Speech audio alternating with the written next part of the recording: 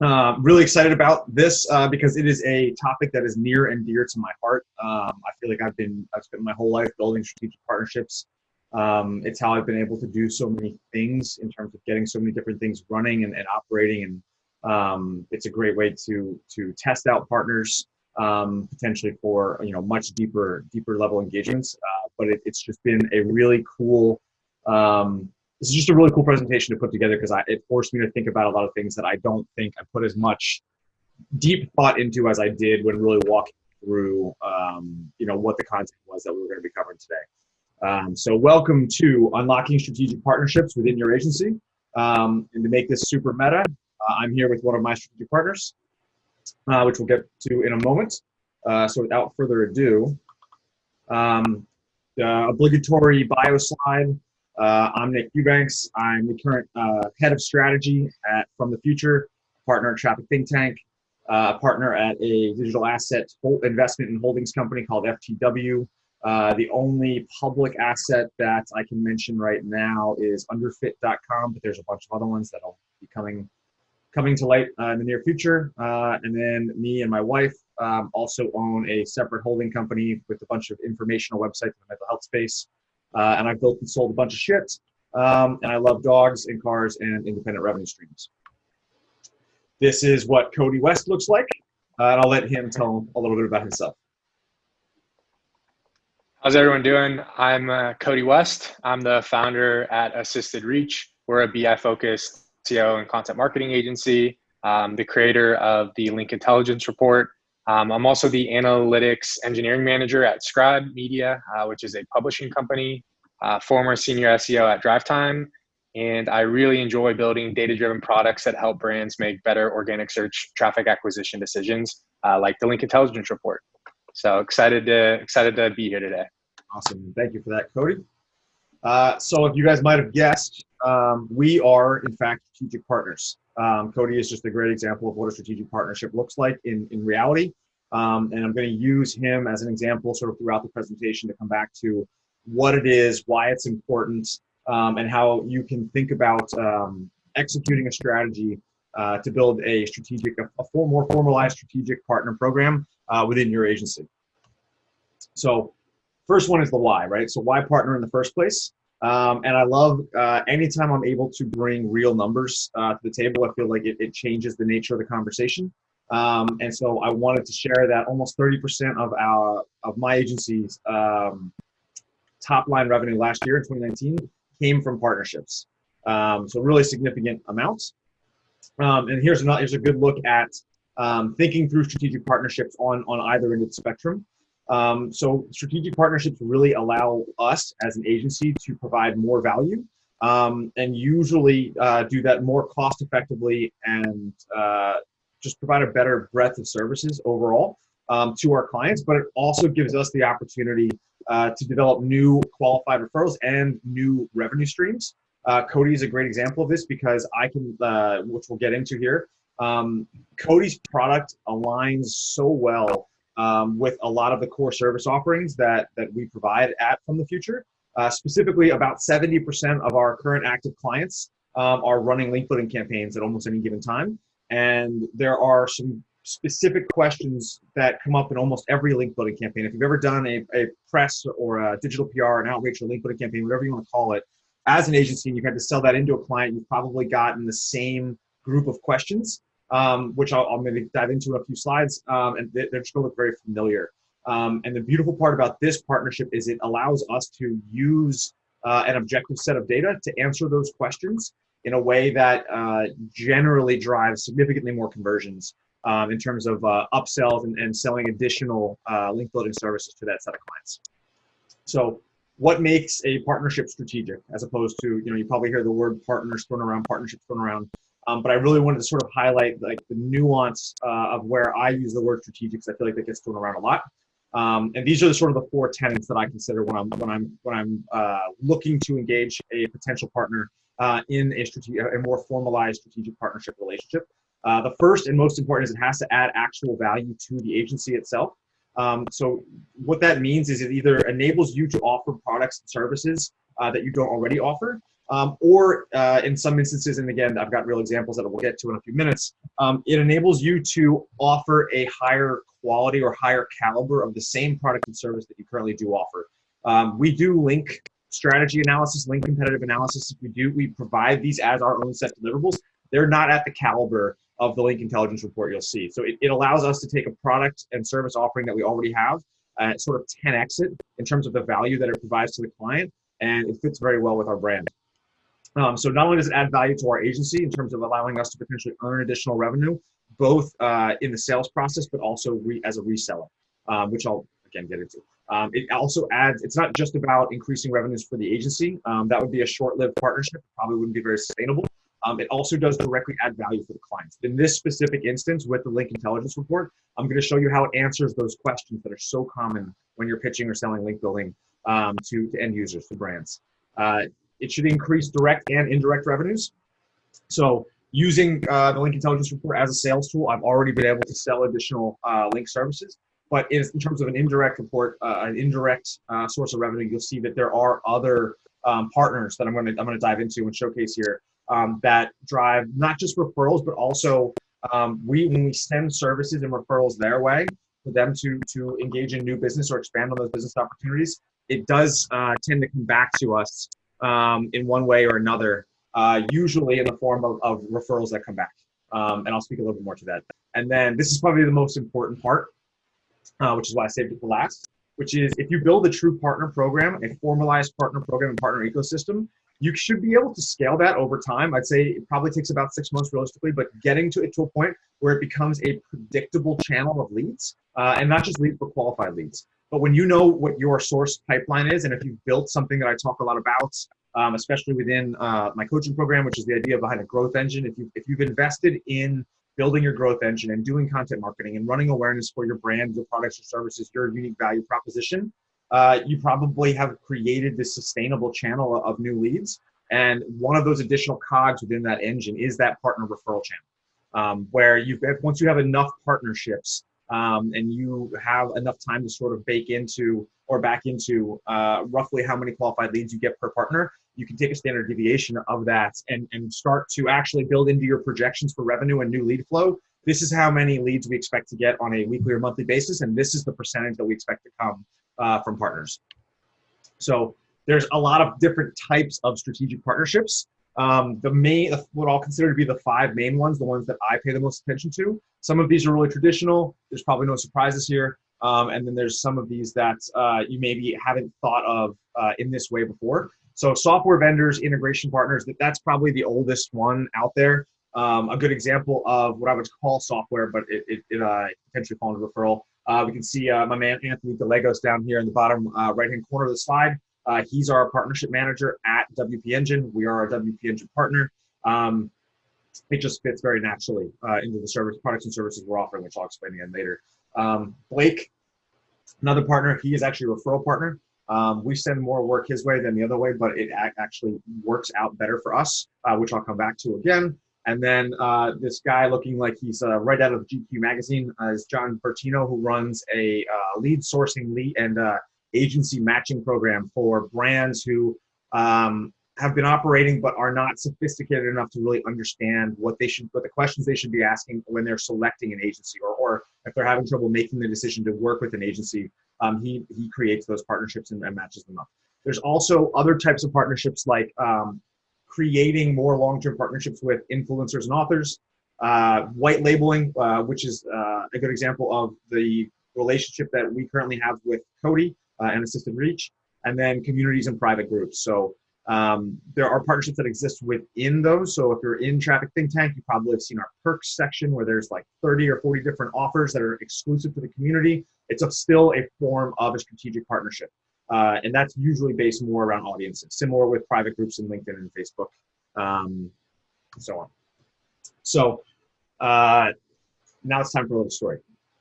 So now I want to tell you a real world story, which I thought was kind of cool, and how we partnered with Assisted Reach, partnered with Cody's agency to deliver business intelligence for link building. So the situation was we had a large B2B SaaS client that we've already started doing work on. And as a part of our initial data gathering and analysis, we realized these guys really need link building if they're ever going to hope to catch up with their actual, like their main identified online competitors. And the issue, anytime you're pitching link building to a company that already isn't doing link building or maybe isn't really savvy to why links are as important as they are, they're going to ask the same 4 questions every time. Why do we need to be building links? How many links do we need to build? How long is it going to take us to build enough links that we're able to see the results? And almost always the big focus question is, how much is it going to cost? The beautiful part about this specific deliverable and this specific product that Cody has developed, that he is allowing agencies to use as part of either your sales process or your deliverable process while servicing clients, is it objectively brings data to the table to answer all 4 of those questions. So the incredible part about this was bringing this to the table as part of our sales practice. So we're already working with this individual client. So we're already engaged, they're already a client, they're already paying us for our time. We're building trust, but we hit this barrier where it's very tough for us to layer on an additional service, to come back to them when they're already paying a significant amount per month in the retainer and say, hey, look, this is all good and great. We're doing great work. We're excited. We're not going to have the impact that we could if we added link building. And the questions come immediately. It's, well, why do we need to be doing link building? Here's the number of links your competitors are all gaining. Here's their net velocity, which is what we're actually looking at here in terms of this graph. So this is what you see in this screenshot here is the actual domain level acquisition velocity in net new links, specifically within some of the quality flags that are built into the report just by default. You can see the drop downs over there. So the quality flag is on. That's like over a specific authority level or over a specific trust level. There's a little bit of dynamicism, like a little bit of flexibility there in how, in which metrics you can have built in here. I'll let Cody talk a little bit more about that in the near future. But this changed the nature of this conversation. It suddenly wasn't about, I wasn't sharing opinions when I was pitching the service. This was an objective look at, look, these are all recorded numbers. These are third-party verified trusted data sources. We're blending data sources. You can't argue with these numbers, especially when we correlate the link building efforts of our clients' closest competitors to the amount of organic traffic and the amount of organic rankings that those competitors have. The correlation is almost 1-to-1. So it changed the nature of that very conversation. And in terms of strategic partners, especially as a white label partner, again, one of those 5 examples of the types of strategic partnerships, a white label partnership really should do the same thing. You should be bringing a product in that aligns so well and so tightly with your products and services that you're able to, without flinching, just add that into your service offerings. And it just enhances the amount of value that you're delivering to the clients for a relatively small cost. So how do you go about building these types of strategic partnerships? So the way that I like to think about this is a process for operationalizing. So to operationalize it, you need to have a sort of tactical checklist that you're going to go through to make this happen. And the very first things you need to do as a partner or as somebody who's pitching a partnership is to make commitments that establish trust. You need to show that you're willing to do the work, you're willing to put in the effort and focus on what I like to call it the marriage between demand and fulfillment to ensure there's actually alignment in what it is that you're selling and what it is that you're going to be providing. And that doesn't mean, I guess the caveat there is, it's easy to just go on a warpath and just get as many partnerships signed up as possible and just, start slinging partner offers that you're marking up for incremental revenue left and right. If those products or services that you're reselling as a white label partner aren't actually as valuable as the work that you do, it diminishes your trust factor, not just with the partner even potentially, but especially with your client. So I think it's really important to think through these, and I'm going to give you a system for how to do that. So the first step for operationalizing your partner program is you need an evaluation rubric. And I've boiled this down to 6 areas that we use, or that I personally use when we're evaluating a partner, to see if they're actually going to be a good partner, like strategically. Will they fit with us? Is it something where the alignment is actually there? And those 6 heuristics that I score against are reliability, the time to take to launch that offer with that product or service. With and that could be for integration partners. It's going to be significantly larger. A good example of like time to launch would be if, let's say, you wanted to be a reseller for GoDaddy, and you got accepted into their affiliate program as a reseller. they are going to literally replicate their entire buying experience. So like if you've ever bought a domain from Wild West Domains or Big Rock Domains, for example, both of them are GoDaddy sellers. You may have done it because you hate GoDaddy. You still gave GoDaddy your money. And you just didn't know because it's GoDaddy's entire infrastructure. It's just reskinned, different colors and a different brand logo. But something like that would take a significant amount of time, as opposed to we already sell link building to our clients. The link intelligence report just cuts our time and the effort that we have to put into the sales process to sell more of what we already sell. So time to launch there is almost none. And other good evaluation metrics to look at when considering partnerships is, does it allow you to enter into a new market you're not currently in? So for us, that would be like if we had a hosting offer, or we wanted to set up as an AWS partner and we wanted to start doing long-term storage for our clients' data processing, and we wanted to get set up to resell Glacier or something like that. An entirely new market that we're not in, where it's additional found money that we wouldn't have if we didn't take on the partnership.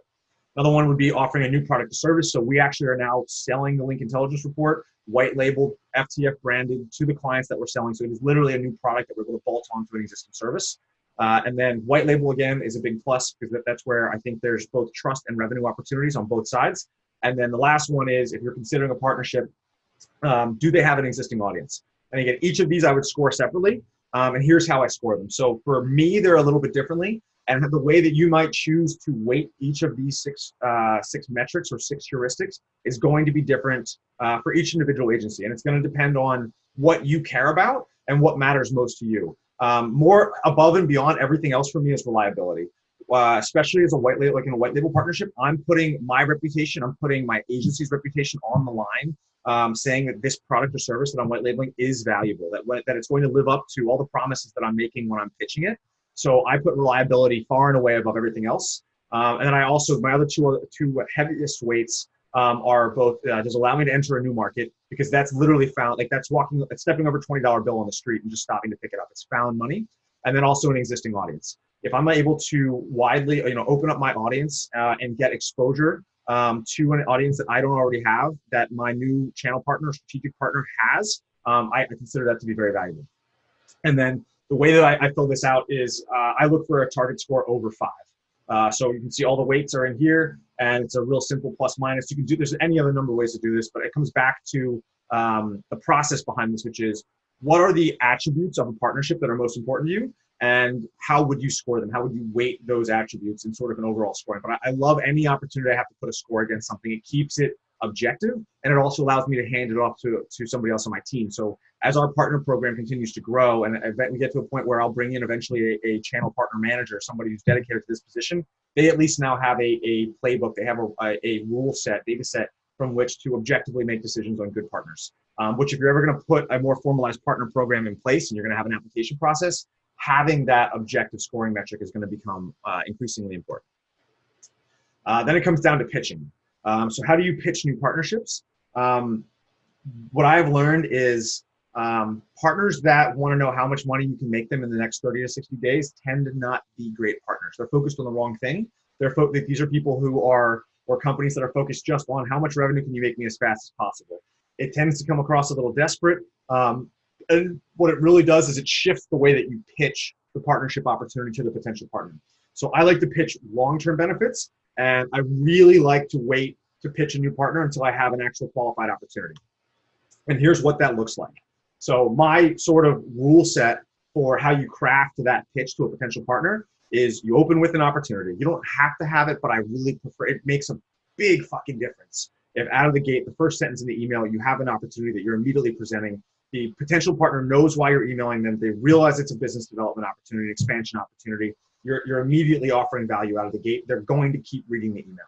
Present an example of your agency's work, which you'll see actually in my example here. I didn't actually link to any case studies, so I'm breaking my own rule there a little bit, but you'll see the way that it still frames and fits that in terms of the pitch cadence. Explain the specific product, explain the economics. Don't come offer a partner deal where it's like, hey, I would like to take your services. I want a 50% mark. I want to take 50% off of your services, and I'm going to sell them for full price. That's not fair to the partner. So like the unit economics of the offer does need to be fair. I always try to 50-50 the partner deal, or if partners have a white label model where they're shaving off a percentage of what they're selling to allow for you to have margin, then you sell it for the retail cost. And that's a really important thing, is you're not marking up their product to make more money than they would be able to on the end unit. It just feels slimy, and you'll erode trust within that partnership really quickly. And the last is just, this is such a simple question in terms of human psychology and behavioral psychology when you're pitching something. I love to just ask if it's something that they would be open to. You know, is this partnership arrangement, is this something that you would be open to? Leave it open-ended. Don't, you know what I mean? It's not a hard pitch. It's a simple example. I also found open rates skyrocket when you have "can you help" as the opening in the subject line. So that's a good tip too for when you're pitching. And then the last piece of sort of running with an implementation of a partner program is being proactive. So you as the agency owner need to focus for now, until you have a more formalized partner program and you've got somebody who's dedicated, on the management of those relationships. And that management is really a mix of tracking, communication, and when I say tracking, I also mean reporting, proactive communication, and then co-marketing. So there's a bunch of different ways you can set up reporting. Our initial reporting started in Google Sheets, which is totally fine, but you need to have something where you both have shared access. So if you've got one sheet for each of your partner, that's fine. We now run a dedicated pipeline in Pipedrive for each partner. So when new leads come in, whether they're referral sourced or however they might come in, if they're through a strategic partner, they get marked as such, and then they immediately get moved in Pipedrive to the pipeline for that specific partner. So you can see here, this is one of our strategic partners who's sending, so that's all the deals that we won for this partner, or we won because of this partner, I should say, in the past quarter, and you can see it broken down week over week. So just for this one partner, you know, we're seeing an average of 2 to 3 new deals per week that are being closed, and then the values of the deals closing within the quarter. So these can even be these don't have to be big, giant deals for them to provide value and sort of start the flywheel in how you're going to build and grow the size of the system.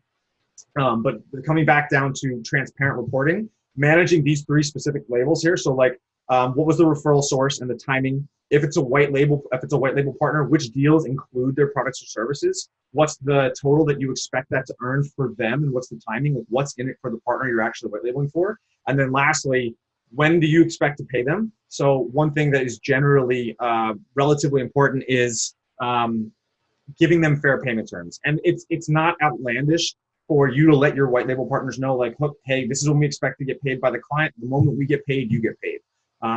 Sometimes as those relationships evolve, you may get into a position where you would rather prepay, take care of the payment right away. You know you're collecting from the client later on. But if you need to de-risk on the financial side on the front end, just as long as you're communicating to the partners, like, look, here's the amount that you're going to be paid. It's all mutually agreed upon. Here's the tracking. The moment we get paid, you get paid. Sometimes, I mean, we don't do this, but I've seen other agencies do it, where they'll even have a separate segment of their invoices for the specific partners, and they'll create an invoice dashboard like they would for a normal client to show the partner, like, look, this invoice is still outstanding. We haven't been paid yet. We're not giving you the runaround. Anything you can really do to increase trust between your partners is going to go a really long way into that partnership becoming economically important for both partners. So here's a look at, again, the individual communication piece. So like, we don't do a monthly partner newsletter yet, but it's something that I plan to do. I really like the idea of having a newsletter that goes out to all of our partners every month, lets them know, hey, here's new products or services that we're working on. Here's any special offers in case you want to push these out to any of your clients. And here's new deals in our pipeline that we think might be a good fit for partners. And you don't even have to make it specific to the partner. It can be a newsletter you send out to all of your partners as an email. And it's just like, hey, here's the deals we've got in the pipeline. Here, you don't have to say who the client is, but here's the product or service that we're considering, and here's how we think any of these might fit in. Please let us know if there's anything else you see in terms of opportunity here where your products or services as a strategic partner could help us better fulfill on these opportunities that we have in our pipeline. So you can see here, this is where we set like referral source for these individual pipelines as they come in. And then we've even got Pipedrive is starting to really get good with this, where we've even got view-only reports that we've set up for some of the pipelines that are more active from some of our more active partners in terms of volume. And then there's co-marketing. And this is something that I think software firms and like strategic sellers within the software ecosystem do a great job at, especially enterprise software. And agencies notoriously do a terrible job. Agencies are great at co-marketing with software companies. but agencies co-marketing with their other agency partners is not something you really see a whole lot. And like, there's a way to really formalize the co-marketing. So like right now, I'm in the process of finalizing a couple more agreements to launch a partner page. So there'll actually be a partners page on the FTF website that has a couple different types of partners. It'll have all of our partners' logos on them. It'll have a brief description of their services. It'll have a link back to their site. It'll talk about the nuances of those partnerships. And there's things like participating in blog posts. So like Word Agents is one of our partners. You can see my snippet there from one of their most recent blog posts. There's actually doing co-branded webinars like the one you're on right now with strategic partners. I just did one last month with Blake. You can see up there. And then there's also just things like supporting some of your other webinars in social, in promotion. So like you can see me calling out DeepCrawl, which is one of our, I would call it software integration partners, in that tweet from 3 years ago at this point. Then there's understanding your actual value, the value that you would be bringing to the table as a strategic partner. And for this, I'm going to let Cody take over. So.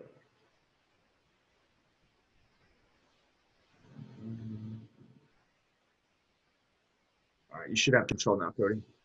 All right. There we go. All right, yeah, so this is going to be the value. Got it. Can you hear me?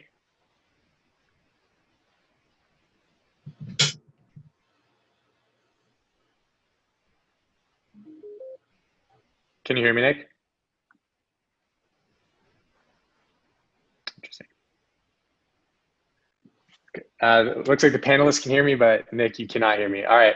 Oh, you can hear me now? Okay. All right. So yeah, this is going to be the benefits to the partner that's actually providing, whether it's the service or the product.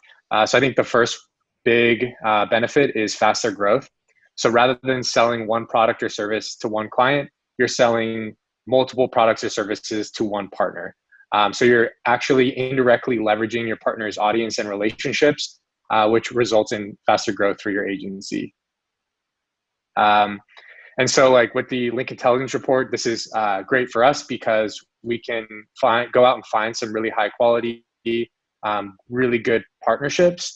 And those partnerships end up allowing us to sell multiple link intelligence reports rather than us going brand to brand to brand. And so that sort of coincides with the next slide.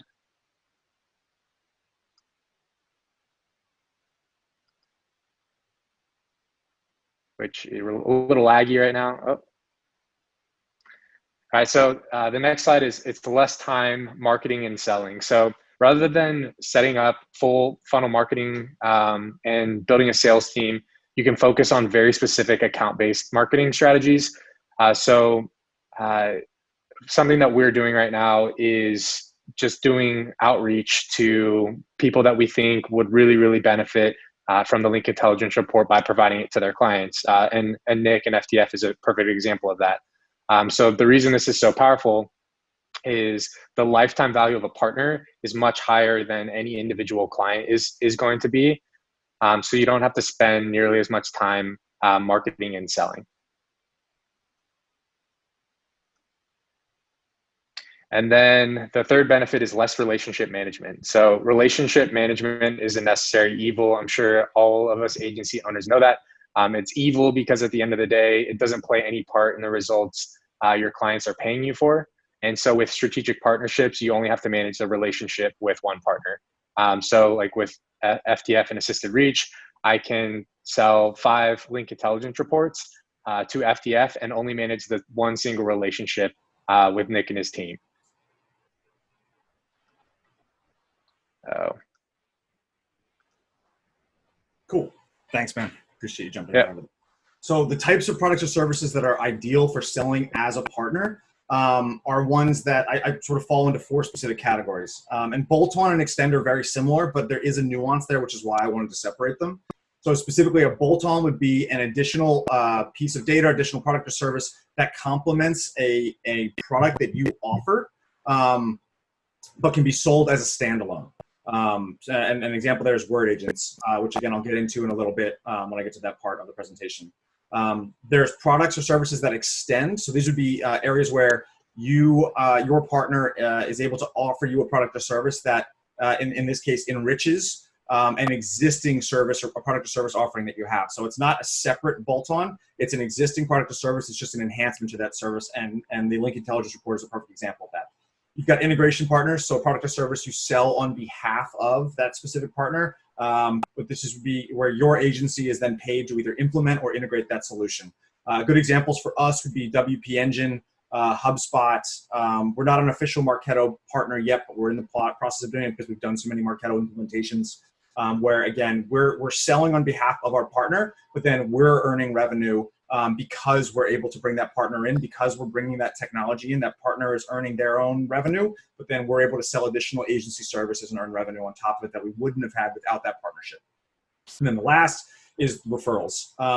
My favorite part about referrals, outside of just the good karma nature of it, which is supporting other great agencies that deserve work that maybe it's not a great fit for you, is it's a way for you to also potentially monetize those opportunities that are coming to you, especially if you've got a really nice system in place for qualifying your leads to realize like, hey, this company is they are service qualified, but they're not financially qualified, or they're not cost qualified. But I have an entire ecosystem of partners who would fit the cost and the budget that they have. Let me refer them to them, take a 5-10% referral commission. So I'm still monetizing the fact that it was my marketing, my lead engine, my awareness that generated that opportunity, even if I'm not fulfilling on the work. So another story of the Link Intelligence Report. This one's probably my favorite one. So 2 weeks ago, I got to pitch a Fortune 50 company. They came into us over Launchpad. They were interested in our outreach as a service model. So not the training, not the Launchpad training services, but the actual professional service that's provided. And these guys have a just giant link budget. They're in one of the most competitive direct-to-consumer spaces, I'd have to say. And the fact that I was able to bring the Link Intelligence Report to the table, the one that I actually brought to the table, I think, was this example one that Cody did. I didn't even bring one for this brand. I brought the report for another brand just to show them what it would look like if we were to run this report for them. And the most beautiful part about it was it gave us this objective look. It changed the nature completely of the conversation. So like in this example, in the screenshot, you can see here that for the individual competitor that Cody did the competitor backlink analysis for, these are sites starting from the top to the bottom where the other 6 competitors that were included in this analysis, or other 7 competitors that were included in this total analysis, so it was the target site and 7 competitors, all 7 of the competitors here have links from writing.ie that the target domain does not have. All 7 competitors have links from visualizepicture.com, from Twipu, Servicescape. Like, this creates a level of FOMO in terms of like the lack of parity that allows you to draw these like very obvious conclusions as to like, look, every one of your competitors has gotten links from all of these sites except you. Again, it just changes the nature of it. And the Link Intelligence Report really gives us this level of detail by going into the content type breakdown, shows overall gaps in trust and relevance at the domain and the page level, and it allows us, again, to give an exact projected needs, which is, hey, if we're going to close this link acquisition velocity gap, you need to be building this many links per month for this many months, and this is your average cost per link, which we can give you as a link provider, like anybody else on this webinar that also sells outreach as a service or link building services. Like, you know what your average cost that you're going to be charging the client is for the links of the individual scale that you're looking for. So this gives you those objective numbers that just changes the nature of those conversations.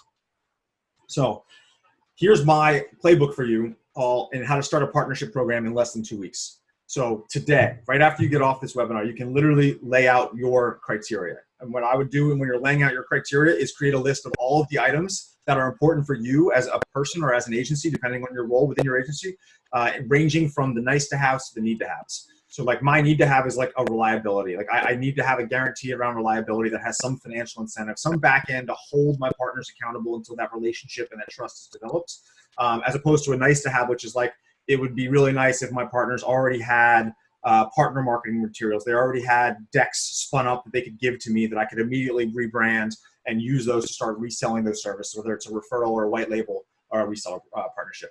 Create your target list. So that list should include people and companies both within your existing network, but also those companies that you would eventually like to work with. Consider it more of an ABM approach. And I know a lot of agencies are sort of scared of just more traditional ABM. It's daunting. It takes a lot of work. It's a lot of stalking and relationship nurturing. But I would encourage any company, any agency that wants to get started with ABM to take your first steps trying to run an account-based marketing campaign to build a partner program before you ever try to run ABM for new client acquisition, because they're whole different monsters. But doing it for a partner program will sort of get your feet wet and give you a lot of experience in what those structures will look like, and also what some of the timelines, common reputations, and the stack might look like for you to execute that for actual client acquisition. Make sure you pitch mutually beneficial outcomes. So again, don't just pitch the revenue. You need to look deeper at the types of products and services the potential partners are already selling. Make sure there's true alignment there, and give some examples of how you, like in those emails, give some examples of how you might pitch in, or how that partnership would benefit the partner company or partner agency that you're pitching. Sign a partnership agreement. This is something, again, like it's a formality that is extremely important. It doesn't matter if it's a one-page document that's in DocuSign or that you have executed via a response to an email. I agree to the attached PDF terms and conditions. It can be simple, but have that formal agreement in place. Formalize your partnership. And then lastly, coming back to the idea of proactively manage your partner programs. So initially, it can be a simple spreadsheet. Eventually, you can move it into your CRM if you have something that has the support to allow you to provide reporting and visibility into your partners. And then eventually, what I'm just doing right now that I've been super happy with is you can look at a partner management platform like Crossbeam, where you can actually bring all of your partners into those individual dashboards. It gives you all that technological infrastructure that you need to have a very transparent relationship to go after opportunities together, pursue opportunities together, and make sure that your partners are aware of everything that you're doing at the same time you are. And then to give you a more in the weeds, like real look at what partnerships actually meant to FTF in 2019. Partners are responsible for generating over 200 qualified leads. It led to 40 closed deals and generated roughly $3 million in revenue. All of the numbers on that screen right now are numbers that would not have happened if we had not put a partner program in place back in late 2017, early 2018 when I came on board full time. The partnership program has been literally instrumental and a game changer for the agency overall. So I now wanted to just give some actual real world examples of what some of our strategic partnerships look like, just to give you guys a better idea of how these things might look and how they might be structured. So here's 5 of our strategic partners. These are all other agency owners, and these are all separate agencies. So these are not just software and implementation partners. These are not just referral partners. It's sort of the full span. So we start with Cody. The benefits of partnering with Assisted Reach for us to white label the Link Intelligence Report is obviously the business development angle. So it provides me and my sales team sales support for selling our outreach services, whether we're pitching prospects for new outreach engagements or we're pitching existing clients an additional level of services on top of what we're already providing. There's direct brand alignment. Cody's product fits beautifully with our brand, the data first positioning that we want within the marketplace. And it's a new product or service offering, which again, it's found money. It allows us to productize a service that we're already providing for clients, and allows us to do it on demand without a big financial commitment, knowing that Cody and Assisted Reach and his team are reliable partners, and we've got, on average, a 72, 3 to 5 day business day turnaround for the products when we need them, which really allows us to execute and maintain that trust that we've already established with customers or are trying to establish with new customers. Next one is Blake's company, Rickety Roo. They're a referral partner. So this gives us the opportunity to monetize those unqualified leads. When we get good leads in the door that just aren't budget qualified or aren't budget qualified yet, it gives us a place, if they're a good fit for him, which is multi-location addiction treatment centers and lawyers specifically. They only do local SEO. Local SEO is a teeny tiny piece of what we do. We don't even really try to do it as much as we probably could, because it's just not a great fit for our business. Whereas it's all Blake and his team does every day. It's a better fit to hand off those sort of specialized leads, monetize them, and still support the brand. Ultimately, it still reflects very positively on us, even if we're not the ones doing the work, because we're referring to a partner that we have brand alignment. Rickety Roo is built on tenets of excellence. I know they do good work. I trust the work, and I trust Blake and his team. So it's a very easy extension of our brand, and it makes perfect sense as a partnership. I can say the same for Vin and his team at Word Agents. One of my favorite things to highlight in this example is that this partnership is kind of amazing, specifically because it removes obstacles from our ability to sell. So when we come in and we pitch a significant amount of data aggregation, analysis, research, and out of all of that, we're going to build a traffic-focused or an SEO-focused content strategy. The very first question that we get from any clients that don't have big established internal teams or they don't have deep partnerships with external content creation vendors is, Nick, how do we create this content? We don't have the resources to create this content. Oh, don't worry. Here's our partner. Let me introduce you to our dedicated partner that handles all of our content creation. They're completely integrated with our process. Their account managers work directly with our account managers. All of this happens within our project management system. You don't ever have to worry about it or touch it. You will just get invoices based on the recommendations we make from them. They get paid directly. It's a beautiful thing because the leads flow both ways because they're dependable. There's brand alignment. They give a shit about our clients. And those are things I just feel like there's not really a good replacement for. So it removes a barrier that actually like used to cost a significant amount of deals when we were like, we're not really sure. You could hire some writers off Upwork maybe. This fills that gap, which is another very important part or type of partnership. This is Ash. Ash and his brother Anish own and operate a company called Digital Spotlight. They do paid search, which we also do, but they are also the best providers, like strategists that I've ever met at top of the funnel social media ads. So we do social ads at FTF, but we do them almost always bottom of funnel. It's almost always based on remarketing. It's based on enrichment. We're not, in the business of doing prospecting type campaigns, very top of funnel, especially direct response or DTC. That's all these guys do. So again, it builds trust with our clients when we're working with clients, especially existing clients, and it makes sense as we're scoping out strategy for us to suggest this. And when they ask if we do it, we say we don't. However, here's a partner we trust. We know you're in good hands. They're familiar with our process. They're integrated with our team. And the beautiful part about that, again, is it flows both ways. We send work their way. They also get asked by their clients, especially as they grow these DTC accounts bigger and bigger, and they have to do their e-com clients have to do re-platforms. They get asked for a lot of technical help, technical SEO help, development help, engineering help, and they refer that back our way. So it's a beautiful two-way street that works out and is beneficial for both parties. Last one is James Brockbank and his team at DigitalLoft. Again, it's an obstacle removal. We often will get asked to do outreach as a service for big digital assets. The problem with that is when we have leads that come to us and they want a resource-based campaign, they want a big digital asset campaign.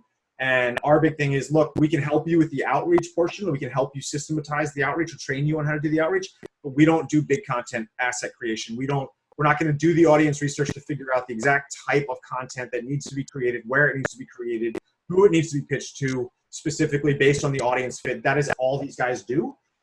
So again, it's one of those things where part of the brand that I'm really trying to build and establish is that we only do shit that we are really good at. We're the experts to the experts. And what that means is knowing the stuff that we can do but shouldn't be doing. And this is a perfect example of that. When clients come in and they need a silver bullet and I have a partner that can fire those silver bullets that we would not be able to fire as accurately or as effectively, it makes sense to refer them out because it builds trust with us and the client and it enforces that alignment. And ultimately that will pay massive dividends in the long run. So I know it's threw a lot at everybody here. So thank you very much for hanging in there and staying tuned. If you want any more information on any of the stuff, I'm going to continue publishing more and more agency tips on my site. And you should definitely go learn more about the Link Intelligence Report and consider potentially becoming a reseller or white label partner yourself at assistedreach.io.